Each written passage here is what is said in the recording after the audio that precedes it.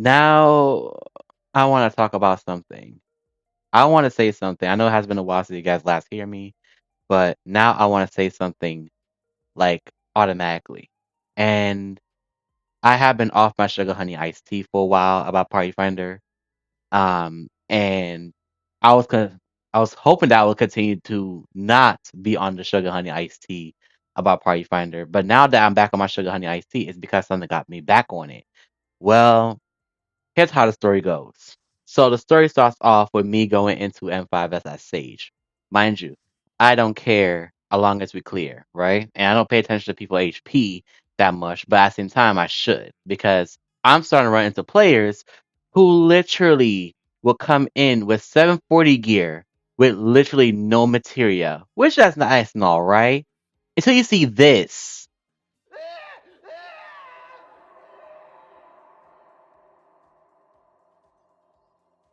Yeah, I know what you're about to tell me. But Led, it's not about the gear, it's about the skill level. You over here picking on this poor dancer who probably have better skill level than you, and you don't even know how good of the player they might be. You're just sitting here want to complain. I cannot believe you're going back on your rocks. Some people just need to be re-explained, huh? You need gear to able to continue the raid tier. Otherwise, if you don't have enough gear or gear island level, you can't continue the raid tier without gear and say you made the iron level requirement. Congratulations. Now you're gonna have tough times that ads on M6S. Yes, I gotta spoil this part a little bit because like sometimes these ads do not die quick enough if you don't crit. Like literally. And you think that's worse?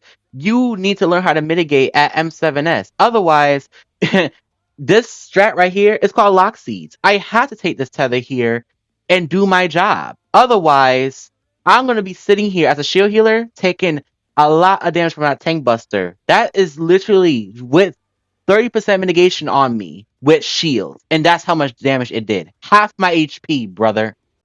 Now let's go back to the low gear player versus bad player. Now you see, now this is going to be a mixture because here the white mage is the low gear player, and everybody else is like 740 eye level gear. And this is how it all went. Started from the death to the damage down, right? In order. So during Funky Floor 1, you got Viper dying, like straight up right here. Boom. He's dead. Good riddance, right? Machinist and the white mage end up taking a death and a damage down right here. Boom. Another one. And it's going to be 4 damage downs here because this raid tier requires you to look at your character model and the screen and not your hotbar. Because when your hotbar's there, you wouldn't know where you get your damage down from. Trust me. And then, of course, Funky Floor 2 is the most easiest mechanic. But damage down is still a thing. So just letting y'all know it's not really easy still. But hey, much more easier than any other mechanic to be honest to read. It's just that you gotta look at the cast. And then after all of that, if you have been counting the damage downs and the deaths and the weaknesses, uh, this is how much we have left on the boss before Enrage hits us and kill us. So going back to the Lil Gear Dancer, we are going to go ahead and critique this party now compared to like the other one. We're going to critique this party together, right? Starting from Funky Floor 1. So, Funky Floor 1, we go ahead and start critiquing the Gunbreaker, how he got damaged down and end up dying right after. So that's not good, as we already saw for the bad start. But then 4 players, 3 other players get damaged down with the weakness, and that's not good because 2 misses right here. And then when we got to our KD1, let's just say some people were not paying attention because remember the hotbar steering part? Yeah, this is where you probably would see it more of a problem, right? Yeah. I mean, you could tell that they're not paying attention because literally, when somebody is on the wrong side, you could tell that they're hotbar staring because they're not paying attention at all. I mean, like, this is something that you could drop GCDs on, and it's okay to not take damage downs, but the moment that you're sitting there taking damage down and death, just stop critiquing this party and just leave. But the thing is, I want to teach players to tell players and advise them to literally sit there and hit the dummy so you don't have to fall for these problems. Like, it's so easy. Just hit a dummy, get used to your class because you can't hotbar stare and or die. Because if you do die and you don't press the correct button, I mean, it will reflect on both you and the team, and you will see how it affects you and the team. Because literally, the boss will literally just wipe your party. And then it's not going to be fair for those players who had to sit there and watch you wipe the party multiple times just so that you're able to get yourself into trouble.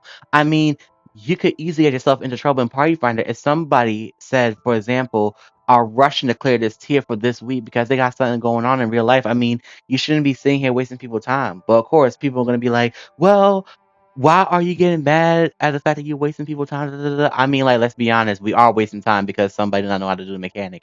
But at the same time, it's like we got other life goals to be going on. And I just want people to know that it's okay to learn something new called hit the dummy and throw sky C so you don't have to sit there and struggle in M5S. Like this is something that is super easy to do, but yet you got some of these dumb goobers who want to come in here with low gear and no skill and not know anything. And I mean anything about this raid tier.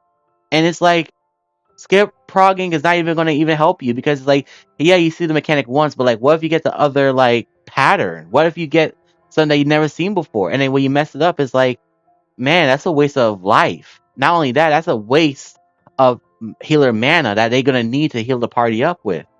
Please take consideration of actually learning the mechanic, and please take consideration of literally filling up your tomes this week and next week and the rest of the time during this raid tier. Because let's be honest, I don't want to see no more low gear players because literally M1S last year, I've seen so many players coming in with 690 gear and they just sit there and complain that the team not doing nothing for them, but like they're not even contributing to even buying better gear. Like it's something that is so easy to do, so we don't have to sit there and play pixel perfect. Because the moment that one person messes up, oh, it's enraged, it's a wipe, it's dumb. I don't want to go through that, and I don't want you to go through with literally starting drama all because you don't want to buy better gear or all because you don't have friends to craft your gear. Please take consideration of these things and please take advantage of them because you do not know when you're going to actually need it, including when players are not going to take your BS anymore. And they probably will most likely start being rude.